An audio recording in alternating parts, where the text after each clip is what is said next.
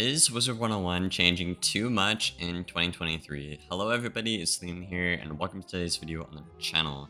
And in today's video, I want to talk about some of the recent Wizard101 updates and kind of offer my opinion on why some things are changing a little bit too much and how some things just aren't changing at all, and how with the combination of both of these things, it is, basically indirectly, or I guess if you will, directly hurting the game, in my opinion. Now, as always, let me know what you guys think down there in the comments below about any of my points or anything else that I do not bring up in this video. I'm looking forward to read those down there in the comments. And yeah, without further ado, let's get right into this video, y'all. So the question is Wizard 101 changing too much? I basically got this from, some newer viewers on the channel here, people who haven't played the game in a very long time or are a returning player. And a lot of them come back and see how things are designed nowadays, and a lot of them just don't understand what the hell is going on. A lot of people, to them, farming Darkmoor for the best gear was being better. And then nowadays you have to like grind 67 pixels, get polygons, get 9 pieces of gear just to craft 1 piece of gear and stuff like that. I think the farming, how that has aged, is very poorly in my opinion. Now, I know player retention is a very important stat, obviously, for game publishers and stuff like that. And if you do make the grind absolutely tedious and unfun, yeah, players might complain, like me and the community, obviously, but for King Sal, it's just a number for them at the end of the day. So I think the farming, in my opinion, is, a bad change, in my opinion. If you guys do like the new farming system compared to Darkmoor, feel free to let me know why in the comments below. Again, I'm open to suggestions, but I just don't like how much of a grind we have nowadays in terms of Wiz, especially when you compare it to something as simple as like the past, right? Another point I want to bring up is, again, from the more casual players, it's that PvP has changed a lot over the ages and over the years. Now, as you guys know, I mainly PvP here on the channel, but I am more of a newer player, right? I started playing PvP towards the very end of 4th Age and the start of 5th Age, right? That's when I started playing, so around 2 to 3 years ago, I think it would be now, roughly about this time. So I'm more of a newer player. I'm not like brand new like some other people, but I did have to learn a lot about the game and the old system, and I also had to adapt and learn. Now, somebody like me who is very competitive and stuff like that, I don't really mind having a new system and adapting to it, but at the same time, we have to acknowledge the majority of the Wiz player base is a very, very casual audience, right?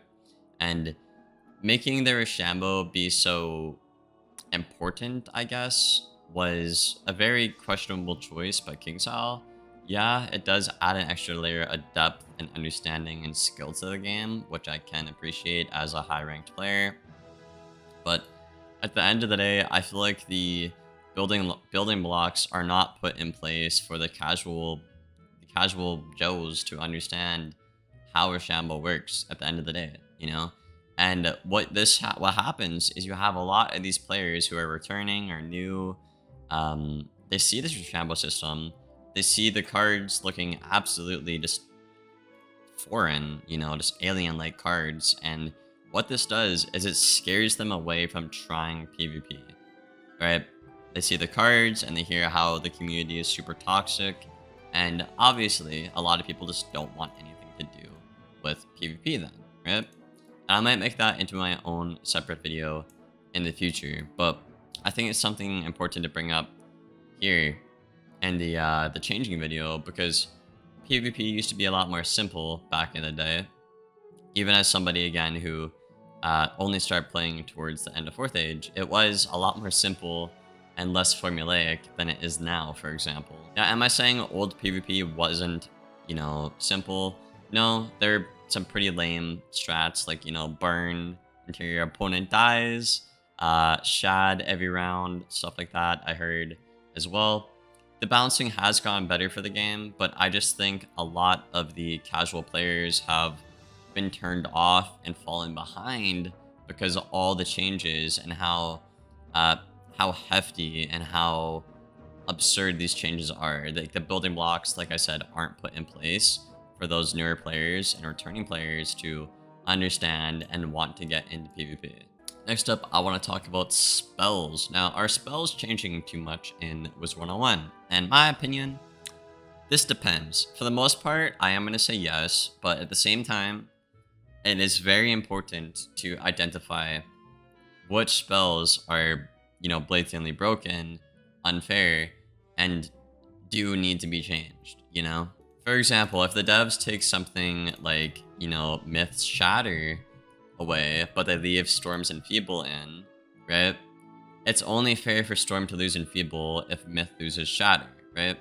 That's just like a good example I have. But what you'll see a lot of players do is just complain that a card is gone from PvP, but they might not actually understand, okay, well, all cards like Shatter, Earthquake, and Enfeeble are, fundamentally just gone from PvP, right? So it is very important to understand where the devs are coming from when changes like this happen.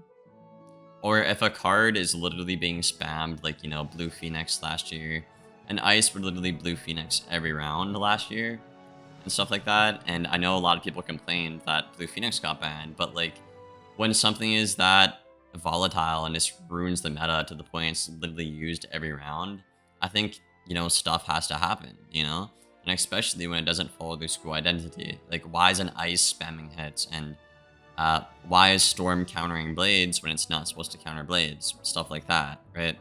I guess in Myth's case, it's a bit different because Myth is supposed to counter shields, but at the same time, the bigger picture is they don't want people taking off every hanging effect in, one round, basically.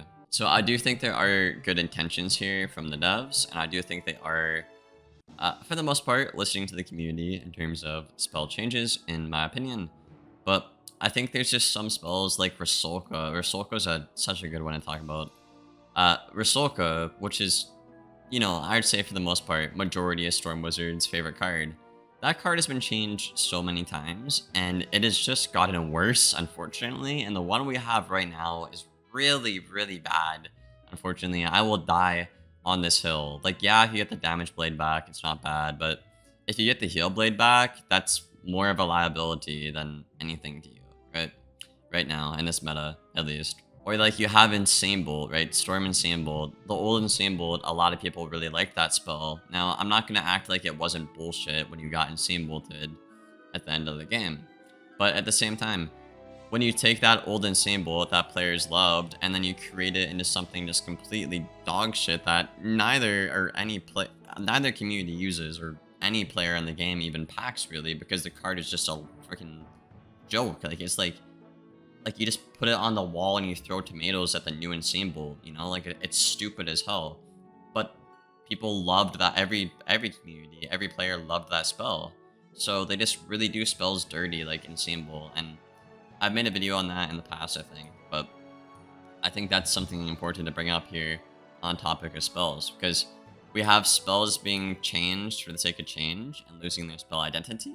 And we have spells that are volatile, game-breaking, and ruining, good metas that do need to be banned. And I think it's very important as players where we need to identify what the hell is going on and just not complain like, oh, Storm lost Enfeeble, Storm's bad, or Myth lost Earthquake, Myth is bad, or, stuff like that, really. I think we need to do better, see the bigger picture, and then offer feedback more collectively as a community. Then briefly at the end here, I'm going to talk about a couple things like pets. I'm talking about packs, right? I just made a video on this like yesterday, I think. But these are some things players have been complaining about for years. You have players like me who have spent $1,000 on packs and not gotten what they wanted from those packs, still to this day, by the way. And I'm not spending any more money on that because that's just stupid, There's players like me who have that kind of experience and trauma with the pet and pack system, and this is something the community collectively agrees on, is how bad the pet system is. And now when I say how bad it is, guys, I'm saying how anti-consumer it is, right? You can spend $100 on a pet and not even get a base, right? I mean, shit, just last week I spent $30 and I didn't even get to train the pet. Like, I didn't even get to put the pet in the dance game to train it because I couldn't get the pet body back, you know? Or the packs, like I said, you can spend X amount of money and not get the one gear piece that you're going for, right? There's stuff like that which collectively, you know, PvP, PvE, decathlon, every player has been complaining about for years that we still have not seen changed. So I don't know, man. I think KingStyle is doing an okay job, but you know, I think they could be doing better. I think some of their resources are like in the wrong areas. Again, a good example would be like changing Rusalka, changing Symbol. Like, why are we putting resources towards that when it's not even a problem, and not resources towards fixing the pet system or the packs or the players complaining about Novus farming? I mean, they did change Novus farming, or you know what I mean, though, right? Like PvP, like there's not a reason to PvP, stuff like that. I think those resources shouldn't be put towards stuff like Insane Bolt and Rusalka that aren't a problem, and the resources should be put towards actual problems of the collective community, not just the PvE community. But that's everything I want to say in the video, y'all. Let me know what you think down there in the comments below. I look forward to seeing your feedback, and I will see you guys on the next one. Thank you for watching, and take care, y'all.